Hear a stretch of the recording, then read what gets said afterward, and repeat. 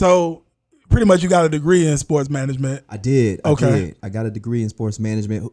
And honestly, that was a little frustrating when I first got out of college because, degree in sports management kind of sort of took me into a sports marketing route. So I used to work for the San Antonio Spurs for a little bit. Okay. One of my earliest roles there. It was cool. How was that? It was actually really amazing. Yeah. I was working there when I was in Austin still. And it's supposed to take about an hour and a half to drive from Austin to San Antonio. I would do it in like 45 minutes. It just because you know what you don't want to do is because the thing about working in sports specifically, it's like the game starts when the game starts. Like you can't tell people like, hey boss, I'm gonna be a little bit late. Right. I'm gonna be a little bit late. Maybe miss tip off. First 10 minutes of the game, I'm gonna miss that. No, like that. I'm pretty sure. so I was trying to do whatever I could to get there on time. But that was amazing. I remember just seeing LeBron James one time about 8 feet away. I was like, this is cool. He was with the Heat at the time. Like, man, this is cool. Yeah. I just had to get out of sports to some degree because I just didn't think the thing about sports, particularly like a shout out to the San Antonio Spurs for this. When the team on the court is doing amazing. Oftentimes, something like the Spurs, the back office might be doing just as good.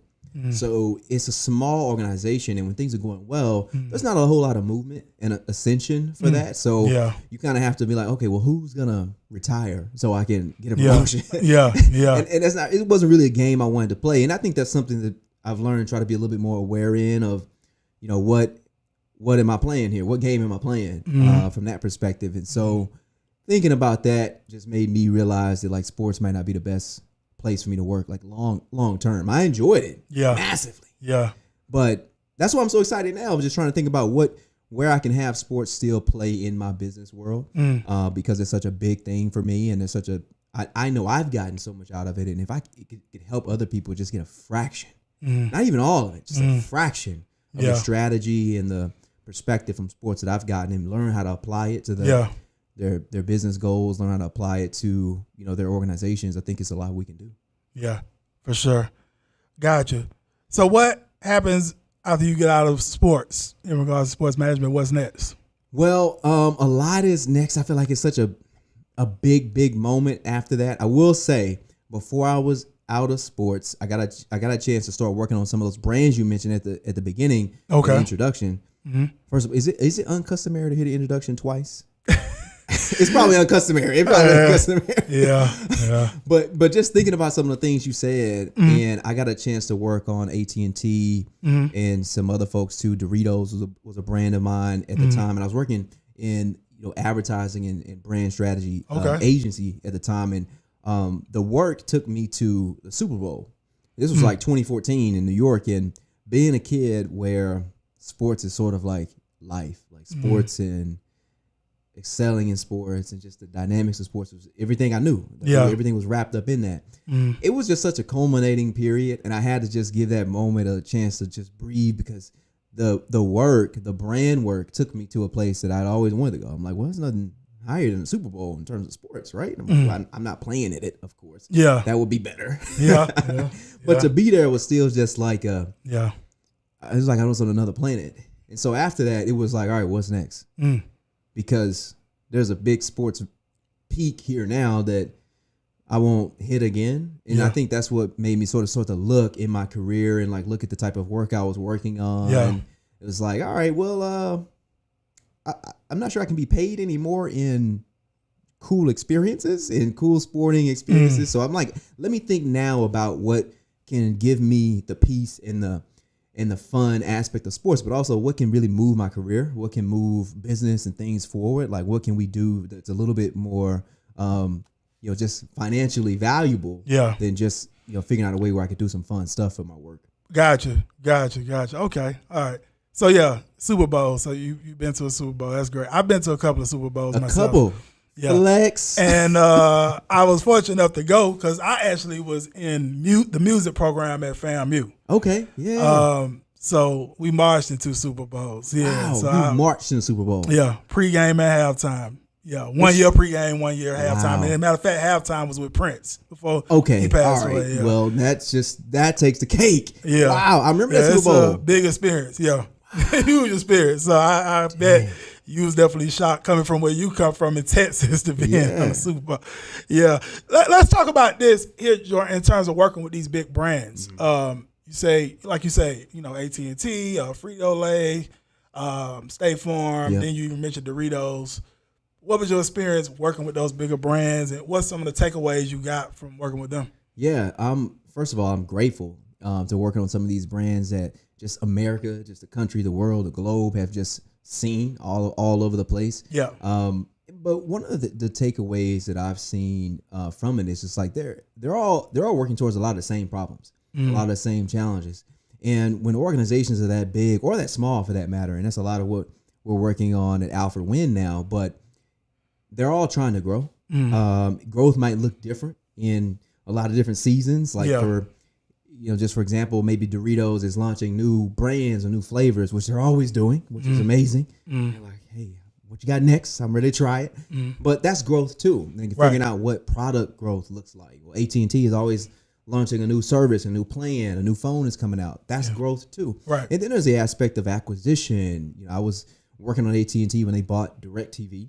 Which was really significant. That was, DirecTV is a massive entity of its own, and then you look at AT&T, just this global force of a conglomerate, and they're taking up DirecTV now. So what I learned is growth is required. Growth has to happen, and growth just presents so many challenges. Though, like AT&T they have a brand strategy. Doritos, for example, they have a brand strategy. They have a strategic direction that has been their guiding post for some time, but then when growth happens, the complexity just begins to go from something really narrow to something really wide and complex. And I think that was just the consistency that I gleaned from like all these different experiences that, hey, growth's required.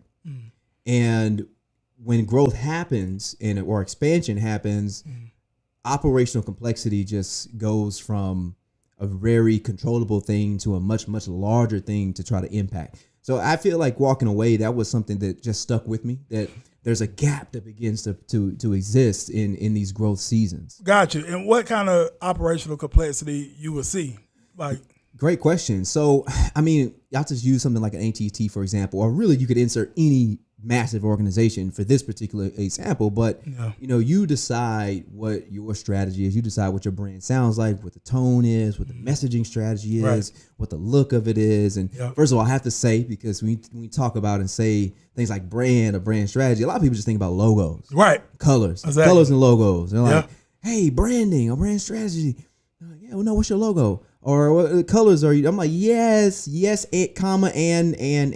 Right. Like, what do you sound like? What's the so much more goes into that brand strategy and brand building. But back to the example, like if you're an entity like an AT&T size and you've got this brand and this brand strategy that you've built for all of these years, and then just something else comes in to impact it, it's almost like thinking about a meteor hitting something and just how significant that is. You got to decide of like, well, this new thing that's coming in, is it going to adopt the sound, the look, the feel of our current sort of ethos and core? Right. Or, do we adopt it? And sometimes the brand strategy and the equity and the way something sounds or look and their plans for delivery, how they move products out to services, it might be better. And so sometimes you just have to make the decision and figure out, how to assess what's the best thing to do for them to adopt you or for you to adopt it. And that sort of comes across the board no matter the size of the organization. And that's something that Alfred Wynn, we're really focused on, helping companies do, work within that growth stage when you're looking to expand services, looking to expand products, or you are an entrepreneur or a startup company and you're trying to figure out what to do next and what foundational strategies do you need from a brand perspective. Gotcha. Hello, this is G Bass, Rise of the 1%, Rise Media. We on this Saturday evening about to get ready to knock out some podcast episodes with some individuals here in the city of Atlanta making some big moves. You can see here, look, this is how it goes down. Here when our guests come and sit down with myself, G Bass, other Rise of the 1% of Rise Media, to have that conversation. To share the story, share the journey, share what you got going on. So listen, everybody got a story, everybody got a journey, and then you got some things going on, then you definitely can get with us and see if it'll be a fit to be on the Rise of 1% podcast and actually have that discussion with myself. It's going to be a link to a form you can fill out. You said www.theriseofthe1%.com/pod-form. Again, www.theriseofthe1%.com/pod-form. It's going to be in this video. You can fill that out, and we can see if there'll be a fit for you to come on and have that conversation with myself. If you don't fill out the form, then obviously it's not for you, and that's fine. We're looking for those that's serious. Those that's serious about rising to the top 1% are already in the 1%. That's what we're looking to sit down with myself right here. As you can see, Rise Media, Rise of the 1%. This is how we get down. We have a great time and have a lot of fun doing it. So once again, if you're serious, make sure you fill out the form. We'll look over the form, see if it's a fit. If it's a fit, we'll reach out. If not, we won't reach out. We'll just continue to move forward. But with that said, this is G-Bass. See you soon. Have a great one on purpose.